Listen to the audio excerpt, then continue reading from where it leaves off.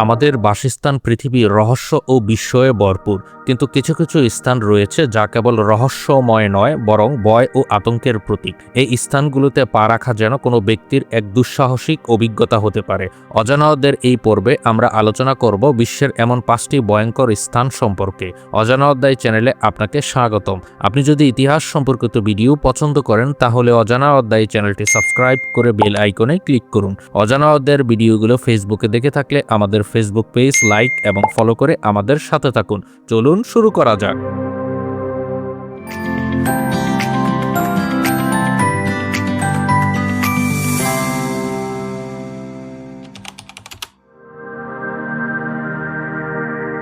Death valley হল যুক্তরাষ্ট্রের ক্যালিফোর্নিয়ায় অবস্থিত একটি বিশাল মরুভূমি, যা চরম আবহাওয়া এবং নির্জনতার কারণে বিশ্বের সবচেয়ে ভয়ঙ্কর জায়গাগুলোর তালিকায় শীর্ষে রয়েছে।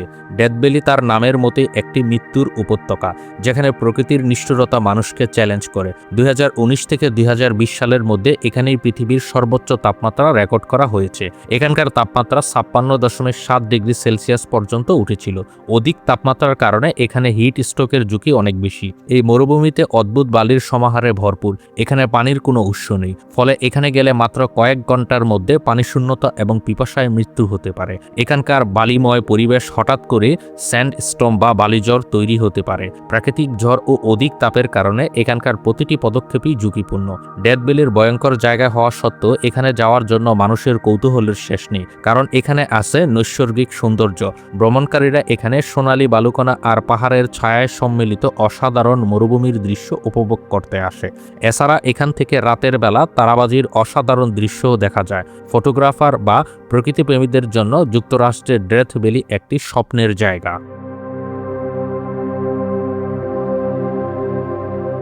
স্নেক আইল্যান্ড ব্রাজিলের সাও পাওলো উপকূল থেকে 30 কিলোমিটার দূরে ইলহাট ক্যাটা গ্রান্ড দ্বীপে অবস্থিত, যা স্নেক আইল্যান্ড নামে অধিক পরিচিত। এটি পৃথিবীর অন্যতম ভয়ঙ্কর জায়গা। এই দ্বীপটি lakh lakh golden lancehead viper সাপের বাসস্থান। এরা পৃথিবীর সবচাইতে বিষাক্ত সাপগুলোর মধ্যে অন্যতম। এই দ্বীপটি এত বেশি সাপে ভরা যে প্রতি বর্গমিটারে প্রায় 5টি সাপ রয়েছে বলে ধারণা করা হয়। গোল্ডেন ল্যান্সহেড ভাইপারের কামড় অবিশ্বাস্য রকমের বেদনাদায়ক এবং এর কামড়ের ফলে দ্রুত মৃত্যু ঘটতে পারে। গোল্ডেন ল্যান্সহেড সাপের বিষ মাংসকে গলিয়ে ফেলতে পারে। ব্রাজিল সরকার এই দ্বীপে প্রবেশ নিষিদ্ধ করেছে, যা এর ভয়াবহতারই ইঙ্গিত দেয়। কেবলমাত্র কিছু বিজ্ঞানী বিশেষ অনুমতি নিয়ে গবেষণার কাজে এখানে যেতে পারেন। সাও পাওলোর নৌবাহিনী এই দ্বীপে নিয়মিত টহল দেয়, যাতে কেউ অবৈধভাবে এখানে প্রবেশ করতে না পারে।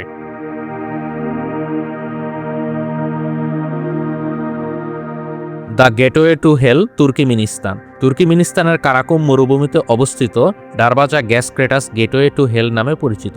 এটি একটি বিশাল গর্ত, যা 1971 সাল থেকে জ্বলছে। সোভিয়েত ভূতাত্ত্বিকরা এখানে গ্যাস অনুসন্ধান করার সময় এখানে একটি গর্ত তৈরি হয় এবং তখন থেকে এখানে মিথেন গ্যাস নির্গত হতে শুরু করে। এখানকার গ্যাস যাতে পুড়ে শেষ হয়ে যায় সে কারণে তারা এখানে আগুন লাগিয়ে দিয়েছিল, কিন্তু দুর্ভাগ্যবশত সেই আগুন আজও নেবেনি। কয়েক দশক ধরে জ্বলতে থাকা এই বিশাল গর্তটি দেখতে যেমন বিস্ময়কর তেমনই ভয়ঙ্কর। আগুনের উত্তাপ এবং বিষাক্ত গ্যাস মানুষ দূর থেকেই টের পায়। এই গর্তের গভীরতা এবং নিচে কি আছে তা নিয়ে অনেক রহস্য রয়েছে, যা এর ভয়াবহতা আরও বাড়িয়ে তুলেছে। ধারণা করা হয় গর্তটির ব্যাস প্রায় 70 মিটার বা 230 ফুট এবং গভীরে প্রায় 30 মিটার বা 100 ফুট। রাতের বেলা জায়গাটির ভয়াবহ সুন্দর দৃশ্য তৈরি হয়, দেখতে যেন মনে হয় নরকের দরজা খোলা রয়েছে। দীর্ঘ 50 বছর ধরে জ্বলা এই আগুন পৃথিবীর সবচেয়ে দীর্ঘস্থায়ী অ্যাক্সিডেন্টাল ফায়ার।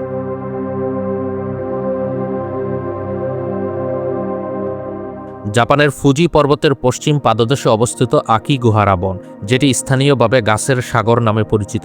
ঘন বৃক্ষরাজি আর আগ্নেয়ের লাভার ওপর গড়ে ওঠা এই বন যেন দিনের আলোতে অন্ধকারে ঢাকা থাকে।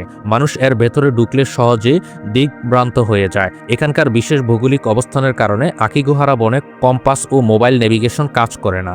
সে কারণে এই বনের ভেতরে একবার ঢুকলে সহজের দিক নির্ণয় করে আবার বেরিয়ে আসা সম্ভব হয় না। এই রহস্যময় পরিবেশ বনটিকে জাপানের অন্যতম ভৌগোলিক জায়গা হিসেবে তুলে ধরেছে। এই বনটি জাপানি লোক কাহিনী বা জাকুমা বা ভূতের জায়গা হিসেবেও বিখ্যাত, কিন্তু আকিগুহারার কুখ্যাত কেবল এর ভয়ঙ্কর নীরবতার মধ্যেই সীমাবদ্ধ নয়, বহু দশক ধরে এটি আত্মহত্যার স্থান হিসেবে পরিচিত। আর্থিক সংকট, মানসিক চাপ কিংবা হতাশায় ভোগে অনেকেই এখানে এসে জীবনের ইতি টেনে দেন। তাই একে অনেকেই সুইসাইড ফরেস্ট নামে ডাকে। সরকারের পক্ষ থেকে এ বন জুড়ে নানা সতর্কতামূলক সাইনবোর্ড টানানো হয়েছে, যেখানে লেখা থাকে তুমি একা নও কিংবা তোমার পরিবারকে মনে করো। তবুও প্রকৃতির নিস্তম্ভতা আর মানুষের মনের গভীর অন্ধকার মিলিয়ে আকি গুহারা আজও রহস্য, আতঙ্ক আর শোকের প্রতীক হয়ে আছে।